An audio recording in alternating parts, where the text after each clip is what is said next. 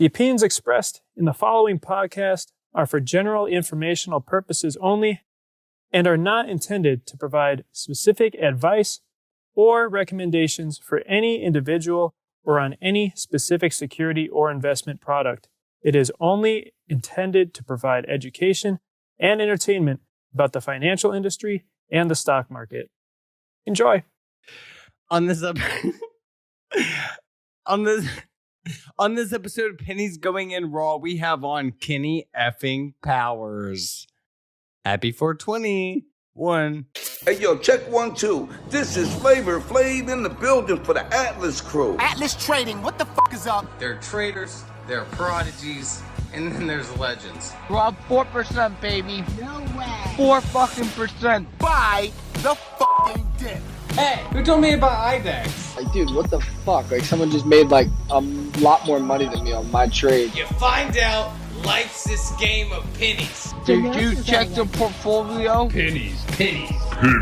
The margin for error is so small. I bet Warren Buffett never did that. And they out there making money right now off of penny stocks. Them two guys is putting in work to make y'all rich. The pennies we need are everywhere around us. Time to think big. Pennies Going In Raw. Featuring Dan, Deity Dips, and Hugh Honey. Produced by Vinny Strokes, baby. This episode is brought to you by Benzinga. Benzinga is our absolute favorite resource to use when we trade. We use it for news scanners. We use it for float checkers. We use it for stock screening. We use it for just about everything, including chat rooms and much, much more. But that's not all they have. They have YouTube as well. Hot Stocks Luke every single day has great guests on, ranging from Ripster to Mia Khalifa to Gary to all the best guests you need to hear from every single day, all day long. So make sure to go check that out. That's youtube.com/Benzinga. And if you look in the replies to this tweet, you will see how to get a discount code for Benzinga Pro. Make sure to go sign up for Benzinga Pro right now. And now we have on Kenny Powers, an OG trader. Happy to have you on. What's going on? Glad to be here. How are you, man? Doing fantastic. Obviously a little bit choppier in the market, so I could be doing better. How have you been holding up during this kind of small cap SPAC just destruction? Oh, man, it's been a slow bleed to my account in all transparency. Swings have been shit, so I've been trying to stay a lot of cash, right? And taking day trades when I see them. Yeah, it's definitely tough to transition so much because you were a very big SPAC guy, swing guy. You played sectors a good bit though, but I mean you were big into the SPACs before. We saw you posting your shower gif on a daily basis as the SPAC started to tank. Well, yeah, it's true. I mean, the SPACs were a theme just like anything else. We've seen several themes and you play the theme. And during that time, with SPAC and Fisker and SPACs were hot. The new SPACs that were hitting the streets, people wanted to do the due diligence, dive into them. And, anything that would come out of it that was good was a payday. So, a theme just like anything else. Well, I guess kind of prior to the whole 2020 market where we all kind of, everyone came into their own and everyone figured out about this whole FinTwit thing. How did you kind of get into trading? I feel like I've known you for quite a while, but I don't think we've ever gotten into that. I think investing is a side effect to earning, right? So I've had a career and was in sales my entire life. And, the output of a career is money. So the savings would be, driven into what I thought would be disruptors into the market. And then, I really, really picked it up kind of when you really picked it up. We were COVIDed out, right? Everyone was home and all pushed behind our computer screens. I wasn't traveling anymore for work because of COVID. There were no in-person meetings, no handshakes anymore. So I got a lot more screen time, and that's when I really started paying a lot of attention to it. Right, I would be a catalyst swing trader. After COVID started, I was managing my account much more and paying a lot closer attention to it. If that makes sense. Yeah, so you still are working a good bit. You find yourself doing a lot of things besides just trading. I know even your family has businesses that they run that you find yourself pretty active in. And I know this is still one of the main things that people like to know. You have enough money to quit these jobs. I mean, you do not have to be working or helping out at the pizzeria or the ice cream shop or doing things on Benzinga. But I mean, you keep active, I guess is one way to put it.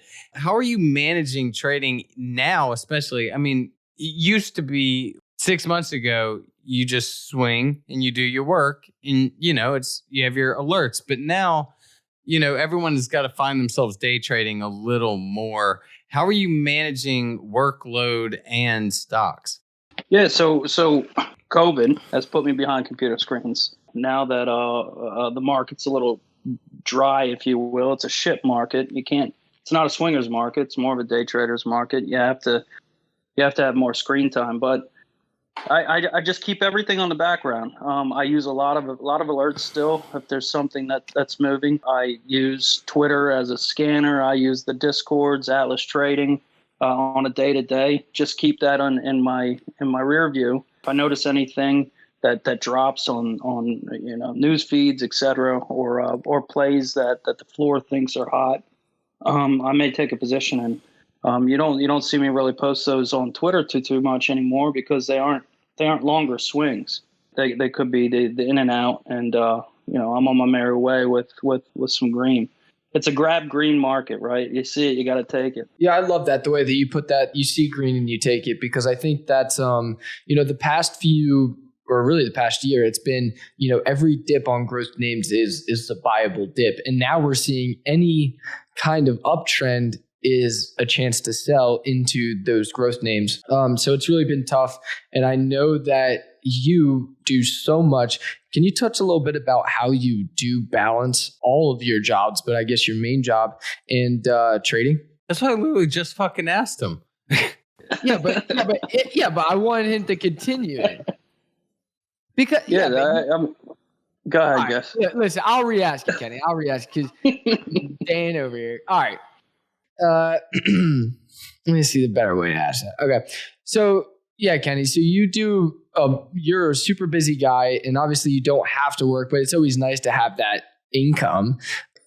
Fuck, Dan. What? I mean, you asked the exact same question with 2 words different. Yeah, but I don't understand why 2 minutes in you're going into that question. Well, what would you like to ask? I think the question is why haven't I made the leap yet? Yeah, because I haven't been forced with the decision. I've been able to manage it all at the same time. It's all been balanced. When that day comes where I'm forced to make a decision, whether it be, work is way too busy and I can't trade, or trading is just it's taking too much of my. You see where I'm going with it? Where, if that yin and yang get out of whack, then I have to make a leap. Well, but you have made a recent career leap, haven't you? Yeah, I have. I made a change. There's the way I look at it is, trading is my passion. Talking about stocks to my friends, family is also my passion. And I was offered the opportunity to work for an organization, Benzinga, and great company, growth company. They're growing tremendously. They put out a good product. I thought that if I'm potentially making the transition to full time, then why not take a position to where I can talk about what I love and the conversation is seamless, from my day-to-day trading and talking with friends about stocks to, business conversations about the stock market, right? It made sense. Yeah, definitely. And so I know that you talked about you being a COVID trader, but also that trading is your passion. How did you start in the markets? Was it literally like this past year, or was it your 401k? Did you always kind of dabble? So I've always dabbled in it a lot, more so than not. 401ks came when I was with Big Blue in the past, and COVID gave me the opportunity to pay more attention to it, more so than not. And I actually got really, really ingrained when I crossed paths with, I heard this guy, Zach Morris on Stock Twits, and I shot him a little DM. I said, hey, man, by chance you got a Discord? And he said, yeah, here's the invite. And lo and behold, it was Atlas. So Atlas was my first Discord, and it's still my only Discord. I obviously have a couple others that I run in the background like Sapphire and so forth. And I saw how they operate, and it's as long as you use your head and you're patient. I really think that anyone can learn this game. Maybe not in this market. This one's tough, but do you think of anything that you learned you said you worked sales most of your entire life. Is there anything you took away from sales that really in turn helped you trading? 100%. When I saw, and I'm gonna get to your question because this is gonna help with the answer. So when I saw the way Hugh attacked his DD, I did that same exact DD, uncovering opportunities for the companies I was with. Right, so I would dig into the CEO, who the people are behind it. What is the disruption? What does sales and revenues look like? Paralleling that with the DD and stocks, right? It's very similar. As long as you can peel away those layers of the onion to get to, is this going to potentially be a profitable outcome for you? You're going to find yourself having success. Some people don't do too well, but yeah, no, for sure. I think one thing that I noticed from having a sales job, and I've touched on this in the past, it was a third-party door-to-door job selling AT&T products. I think, if anything, that has found me more guidance in just about anything. Like, it's taught me so many lessons for so many different aspects of life, regardless of, because you're going to experience no's, you're going to experience failures, and it's always, what could I have done differently? But at the same time, sometimes a trade just doesn't go your way. There's only so much you can do. The chart may look perfect, but, it could still end up tanking. There's never the perfect trade. I think in every trade, you can always find one thing you could have done different. But will that setup be exactly the same for you to capitalize that on that in the next trade? Yeah. There's a super human element to both sales and trading, to where everything could be perfect. The guy is spending way too much on his cell service and way too much on his satellite, using a worse company. You can get him a deal with better phones, better TV, everything the next day, half the price. Why wouldn't he take it? The same way the chart is looking perfect. It's bound to go up. Volume's all there. But there's a human aspect to it where that the guy can say no, and there could be an offering within the next few minutes. Yeah. So it could always be the offering. Yeah. You're right. I think sales has definitely taught me many attributes, throughout my life that I've been able to successfully leverage in my day-to-day trading career, if you will. And to your point, Dan, I think the human element is key. Understanding what the whole market sentiment is. What types of themes are running. Would this be a good position to take that works with what kind of market you are in today? You won't see many swingers saying that this is an enjoyable market right now, right? So you got to make your be greedy. Yeah, be greedy with your buys, be greedy with your entries, and be patient with everything. How difficult was it for you to be I've always been a swing trader, which I assume happened from being the working man trading. You don't have all day, every day to look at your phone. How did you exactly transition? Yeah, it's one thing to know it's not a swingers market, but there's another thing to accept your losses down 30%. There's stocks that look good that just right now are not great. You saw Clove until just yesterday, or the day until this week. UWMC still down a ton. It's second biggest mortgage company. All of these things, but how do you accept the fact, hey, I need to sell. I can't be stubborn and just hold. Oh shit! How do you accept the fact? If the market's going against you, then the market's going against you. It's nothing. It could be nothing wrong with your DD. It could be nothing wrong with everything you've done to have success at this point. but the market could tell you otherwise, right? So don't try to push against the market, because it's going to win. It's like the goddamn ocean. If Mother Nature gets nasty, it could be a bad day. Yeah. So take it with a grain of salt. Losses do happen. It's not the end of the world unless you really effed it up. But be in a position to have success for the next go, because at any time the market can dictate a position where you can have success. Like the NFTs. Yeah. NFTs were popping in a shit market, but they worked, and we were trading what was in front of us.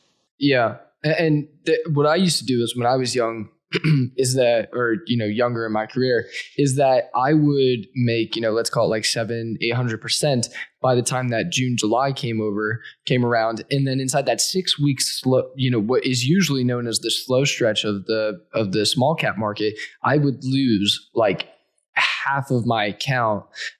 So half of my gains inside that 6 week stretch would just be gone. And then by the time that December rolled around, I would be back to where I was like June and July. And that's just because, kind of like when to press it and when to take the foot off the pedal and kind of really just take down the price, take down the goals and just make what you can. And also I wouldn't enjoy not that I wouldn't enjoy life, but I wouldn't enjoy, like going outside, inside a slower market, you can go to the park and you can do those things when it's a hot market that you don't want to miss. And I think that's a really important, key that a lot of new traders, miss out on.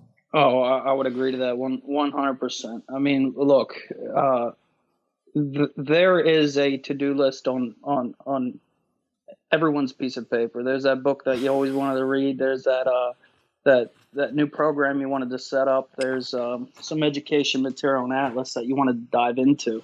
I use slow markets to do just that, or just shoot the shit with my friends, and hang out with my family. You have to know when to hold them and know when to fold them, right? It's just that simple. It's life. And sitting on your hands is never a bad option. And having cash in your account instead of watching it go out the window is never a bad option either. One thing I've always been impressed at you is being able to kind of spot an upcoming sector. And although some of them are a little conspiracy theory reaches, sometimes you're not exactly going for the low hanging fruit. You'll definitely do some twists and turns to find some. But there were a few. I remember one was like, what was it for no coins? That was your DD. The no. What was it? Help me out here. It was one that went up. It gapped up like 500% off of the coin shortage. Oh, Socket. Yeah, Socket. Yeah, and things like that before it was like widely known, and you were going and, it was right as all the stores started having the pictures of chain shortage and things like that. And then sure enough, a week and a half later, it went up 500%. Yeah, I mean, it all comes down to the theme, right? So what will be the talk of the town? You're playing and making money off what is the talk of the town. But as far as what could be, that's the rumor. And I like to be in very early because I work. So I'm in, I'm patient. I put my chips in and I let them marinate. I'll give you for instance, Socket. Everything, themes were rotating. I think it was, when COVID hit, it was vaccines, and then it was what food delivery, and then food delivery, right? And then the food delivery and people weren't getting cash, so it was coin shortage. And I was actually at Wawa getting a soda, and I saw that due to the national coin shortage, exact change is preferred. And I was like, well, what's next? And Socket, that particular stock was basically no touch point of sale devices, right? Like barcode scanners and shit like that. And I was like, well, no one wants to, you aren't shaking hands, you're wearing masks, and what is the final touch point between two individuals at a point of sale? it's that cash, it's that currency, right? So you could be keeping your distance, but you still have to exchange that dollar bill or that money, right? So what would be that final disruptor to keep people away from each other? Well, touchless point of sale. And it just so happened that they I reached out to their CFO. I think their CFO was also their head of IR. I said, you're missing a golden opportunity here. And they ended up dropping a press release. And it made sense with those particular market conditions. And you're right, it gapped huge. Yeah, huge. Well, two things out of that story that I kind of got. You kind of saw this out of, this wasn't internet studying. This is just you doing your routine. I know you. You go to Wawa quite a lot. And yeah. Dude, Wawa's the best thing. There's no better condiment store. A condiment store? Do you know what a condiment is?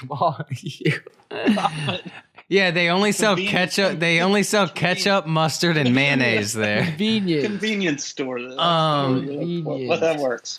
But yeah, I'm sure they do sell some condiments there. But you were at this local condiment store, and you see this wasn't something you just saw on the news or somewhere. You saw it in person. You decided to Jimmy Neutron brain blast, figure it out. And the second thing I got from that is you think you're responsible for the PR that made it gap up 500%. How responsible?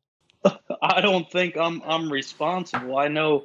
Yeah, hey, I've listened to you guys for quite some time, and you guys are young bucks, and I'm an old. We can learn a lot from each other. The way Hugh would reach out to IR teams, there's never a bad time if you're invested in a stock to put in a call and try to uncover what you can. Hey, you got money in their stock. They got to answer. It's like Andy Dufresne in Shawshank Redemption writing to get the books. Yeah, that's basically how it is with DD and trying to reach out to some of these small cap investor relations. You go years without any of them talking. And one day they send you awesome. 200 court assigned novels. Go ahead. No, go ahead. I was just going to say, Kenny, something that came up with a friend of mine is that sometimes mentally when he's trading, some days he loses more than what he'll make at his actual salary job. Have you ever come across that? Oh yeah, without a doubt. How do you handle that?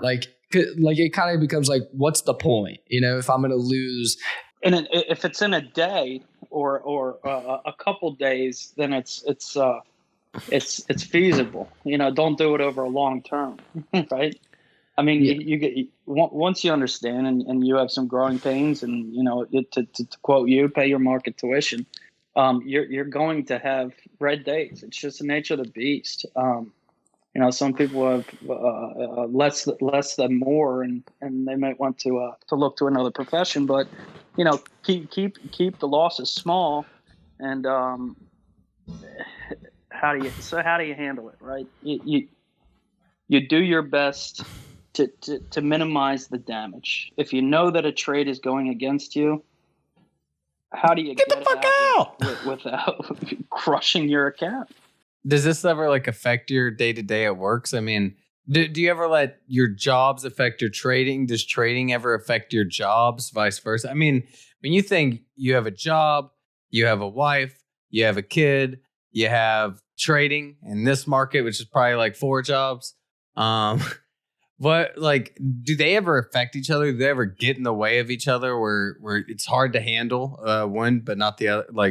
They ever get in the way? Yeah, of course they do. I mean, they're two different things. I mean, how do they get in the way? So I've put myself in a position where they don't, and that comes with time. Anything you do long enough, you're going to find a way to make it work.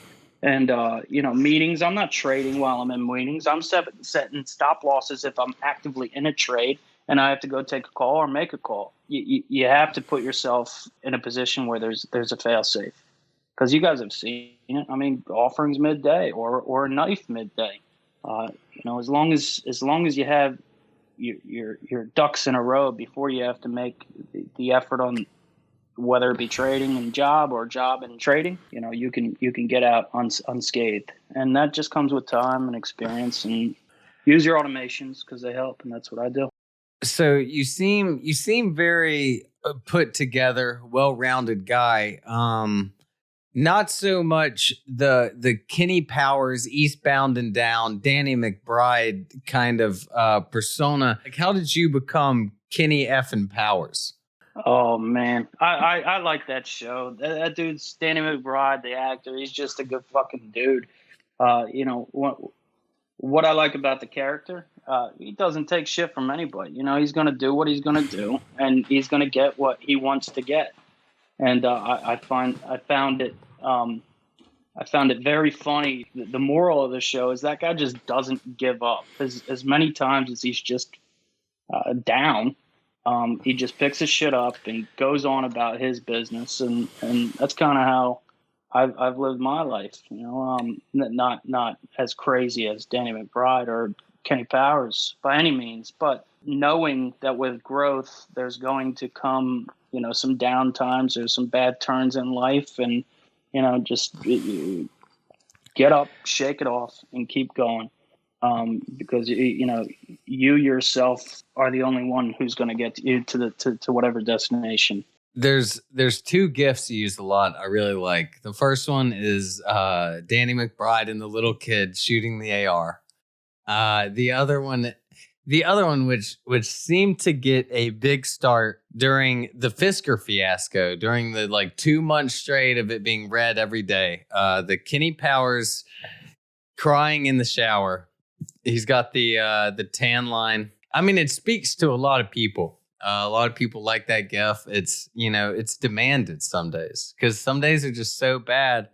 There's nothing more you can do than to combine your tears with the water bill. We kind of dubbed that gif the man defeated gif. When just you're trying to do everything to make it work in the market, and you think you're getting good entries, and that entry wasn't a good entry, right? You're buying where you should buy, where everything lines up right, and you're doing what you can do, but it's just going against you. And there are days like that. Yeah. Today's pretty shitty. Yeah, we're recording this on 420 for anyone wondering. This reminds me of the market that initially spawned that GIF, the one of Fisker dying every day. But it is very similar, but I feel like I went into this market more of an educated person this time.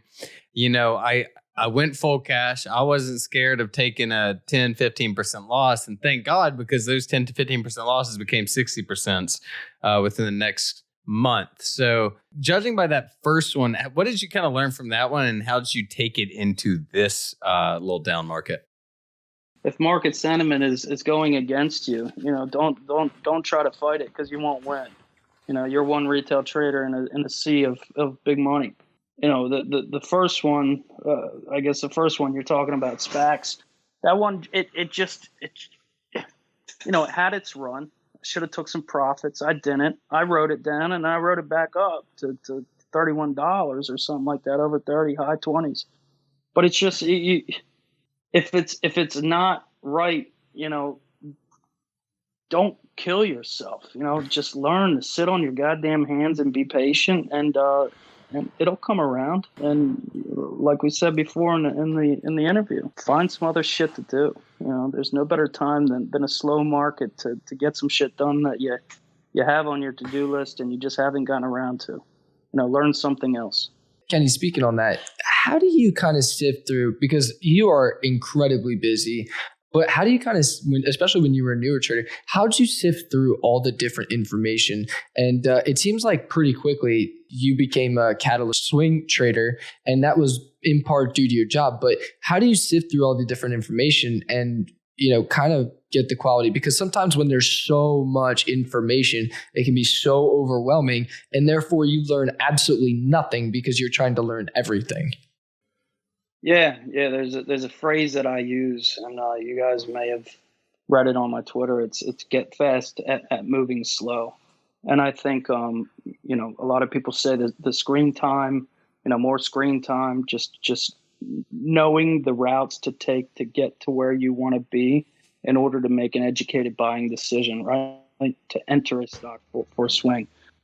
So as at first it was overwhelming. I mean, there's noise everywhere. And if you buy into the noise, you're distracted from what you were originally trying to do because you're following someone else's call, and then you're hearing somebody else on Discord tell you about this other stock.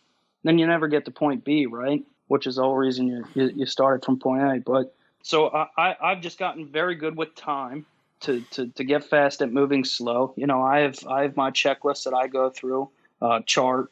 I read SEC filings. I check FinViz.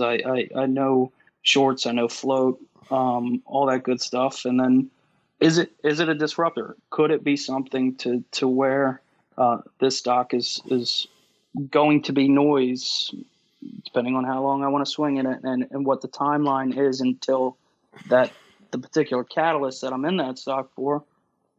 When should I see a paycheck from it?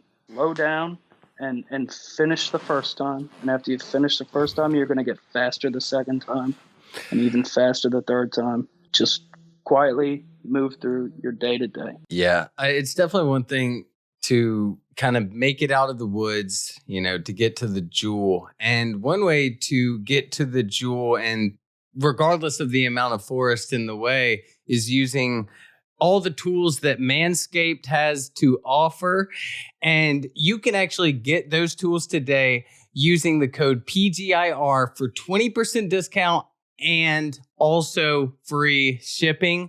So to get through those rough times in the market and to get to the jewels and any forest you got downstairs to see your jewels, make sure to use code PGIR for 20% off and free shipping at manscaped.com. Well, sorry guys, I had that one in there. Yeah, I did buy Manscaped. And yeah, how you like it? A very good product. Based off of both of your recommendations. In a sweaty blood market like this, at least my balls are cool and not bloody. Yeah, and not bloody. Yeah, that'd be bad. Thank you, Manscaped. All right, man. Well, obviously we've had a blast having you on today. I think this will really help people that are, working, that feel like, how am I going to trade while working? And sometimes it is best to just step away for a little bit. This isn't a swingers market, and it's time to step away. We've been saying it. You said it. Everyone's saying it. So yeah, take it slow, take your gains. And if there's anything else you had to plug to let the people know, Kenny, #eat 'em. Guys, it's been a blast. I appreciate your time. Hopefully the market turns around and we all bank again soon. Hell yeah. All right, man. Well, thank you. And let's try and close the day green, huh? All right, guys. Be well. All right, take care. See you, Kenny. Hey, just wanted to give a quick shout out before I leave, guys.